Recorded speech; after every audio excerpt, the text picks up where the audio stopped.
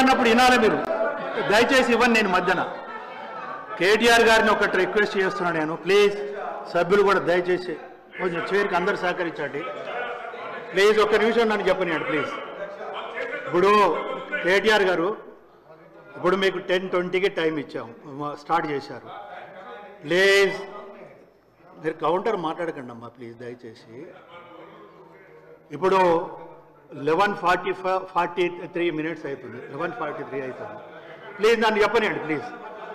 మళ్ళీ మీకు నెక్స్ట్ సభ్యుడికి కూడా అవకాశం ఉండాలి, టైం ఉండాలి అని అంటే దయచేసి కొంచెం మీరు ప్రొవకేషన్ కాకుండా మీరు సబ్జెక్ట్ చెప్పండి. 100% దానికి కావాలి. శ్రీనివాస్ గారు ఎందరు నిలబడతారు? వెనుక కేటీఆర్ గారు నిలబడున్నారు, మీరు నిలబడున్నారు. పల్లెరాజేశ్వర రెడ్డి గారు ప్లీజ్ 5 minutes ఇవ్వాలి. మీరు 5 minutes తోటి క్లోజ్ చేయాలి ప్లీజ్ దయచేసి. మధ్యన వద్దు సార్ ప్లీజ్ దయచేసి. కేటీఆర్ గారు. స్పీకర్ సార్, మీరు విశేషమైన అనుభవం కలిగిన సీనియర్ మెంబర్ సార్. మీరు గతంలో చాలా ఉన్నతమైన పదవులు కూడా చేస్తున్నారు. మేము సిన్సియర్గా మిమ్మల్ని ప్రార్థిస్తున్నాం సార్, దయచేసి రికార్డులు తెప్పియండి. ఎన్నిసార్లు ఇంటరప్షన్లు అయినాయి, ఎన్నిసార్లు మంత్రులు అంత అంత అంత ఎక్సైట్ అయ్యి మాట్లాడితే ఎట్లా సార్? మంత్రులు sir the essence of democracy. దయచేసి కొత్త సభ్యులు కాంగ్రెస్ నుంచే 53 మంది ఉన్నారు. The essence of democracy, the beauty of discussion in assembly sir is discussion, debate, dissent. Sir opposition అనేది మాకు we will have our say, the government will have its way. That is the essence of democracy. దయచేసి నేను వారిని మిమ్మల్ని కూడా కోరేది sir, మంత్రులకి సంయమనం ఉండాలి, రిస్ట్రెయింట్ ఉండాల్సింది ట్రెజరీ బెంచెస్కి. అపోజిషన్ సహజంగానే మేము ప్రభుత్వం చేయని పనులు, ఇస్తానని చెప్పిన మాటలు, హామీలు మేము దయచేసి ప్రకాష్ రెడ్డి గారు, స్పీకర్ గారు ఒకటే రిక్వెస్ట్, మంత్రులకి మీరు దయచేసి చెప్పండి. ఇప్పుడు మేము కూడా ప్రొవోక్ చేయాలనుకుంటే మేము కూడా మాట్లాడచ్చు సార్. మేము కూడా చెప్పొచ్చు 30% కమిషన్ అని వాళ్ళ ఎమ్మెల్యేలు అంటున్నారు, 20% కమిషన్ అని సెక్రటేరియట్ లో ధర్నాలు అవుతున్నాయి.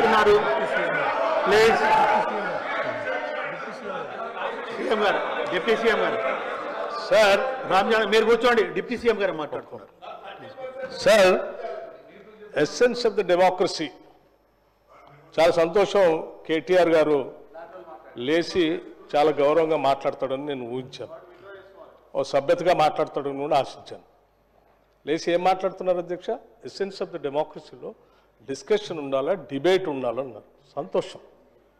డిస్కషన్, డిబేటు వాస్తవంగా ఉండాలా, లేచి మాట్లాడిన ప్రతి మాట అబద్ధంగానే మాట్లాడాలా. What are we doing?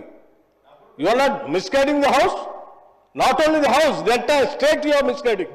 వారు ఏమన్నారండి? అభయహస్తం పేరు మీద అడ్డగోలుగా అడ్వర్టైజ్మెంట్స్ ఇచ్చామని చెప్తా ఉన్నారు.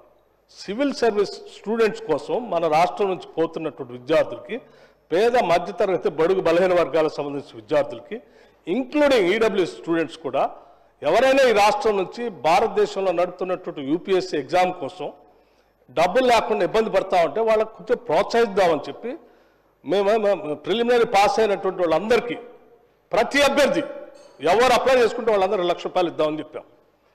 మెయిన్స్ కంప్లీట్ చేసి ఇంటర్వ్యూకి పోతా ఉంటే ఢిల్లీకి పోయి ఆడ ఉండటానికి, కోచింగ్ తీసుకోవడానికి ఎంతో కొంత సాయం చేస్తే కొద్దిగా ఎక్కువ మంది ఇంటర్వ్యూలో సెలెక్ట్ అయ్యి మన రాష్ట్ర విద్యార్థులు వస్తే రాష్ట్రానికి గౌరవం, కొంత మర్యాద, కొంత భవిష్యత్తులో వాళ్ళు ఎక్కడున్నా కానీ రాష్ట్ర ప్రయోజనాల కోసం ఉపయోగపడతారని వాళ్ళకు ₹1,00,000 ఇద్దామని చెప్పాం. ఇది మంచి పథకం కదా అధ్యక్ష? Is there anything wrong in this? In the interest of the స్టేటే కదా చేసిన దానికి మీరు 4 కోట్లు చేశారు, 40 కోట్లు అడ్వర్టైజ్మెంట్ చేసుకున్నారు. నేను అడుగుతా ఉన్నాను పల్లారాజేశ్వర రెడ్డి గారిని, అడ్వర్టైజ్మెంట్ మీరు చూసారా? ఇచ్చామే. ఇది is it not a blanket statement of misguiding the house? Can't do like this. అధ్యక్ష వారు లేచి ఇంకో ఆయన లేచి మాట్లాడుతూ ఉన్నారు కేటీఆర్ గారు. ఏమండి 30% తీసుకున్నారు, కమిషన్ తీసుకున్నారు అన్నమాట.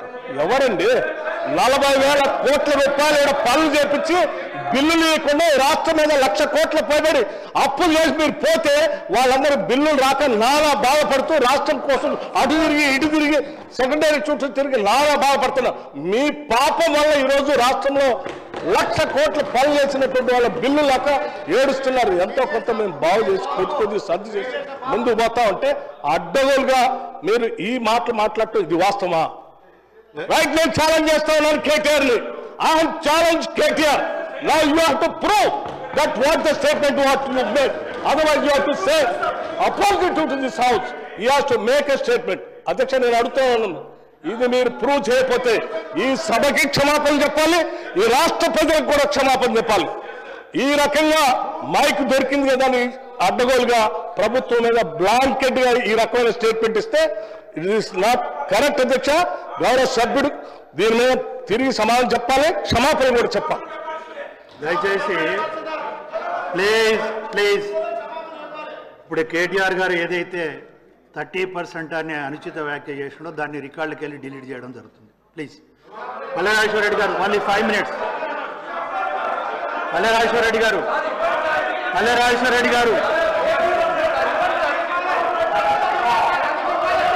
అధ్యక్ష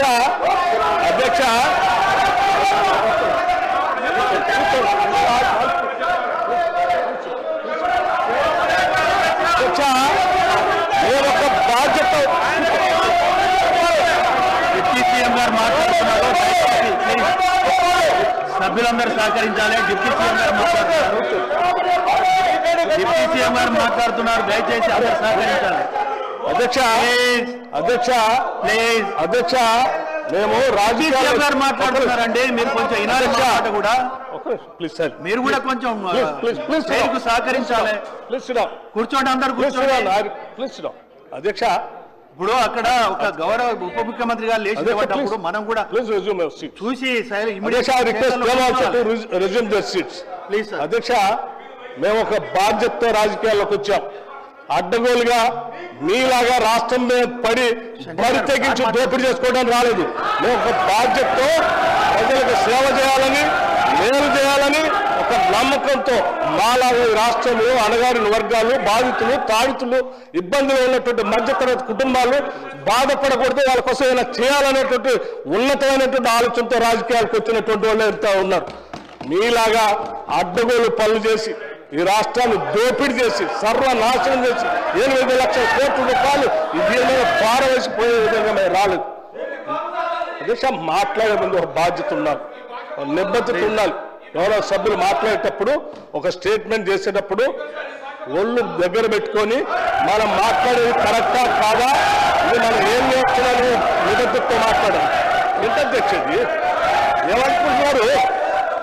ఏది పడితే అది మాట్లాడితే చెల్లుతుంది అనుకుంటున్నారా? లేచిన దగ్గర చూస్తున్నాం అధ్యక్ష. ప్రతి స్టేట్మెంట్ ఇట్స్ నాట్ కరెక్ట్ అధ్యక్ష. ఈ హ్యాస్ టు సే అపాలజీ అధ్యక్ష. It's not correct. దయచేసి ప్లీజ్ సభ్యులందరూ కూర్చోవాలి. ప్లీజ్ దయచేసి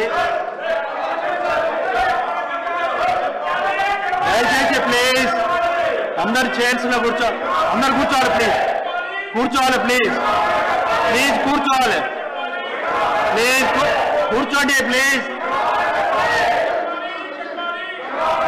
ప్లీజ్ కూర్చోవాలి.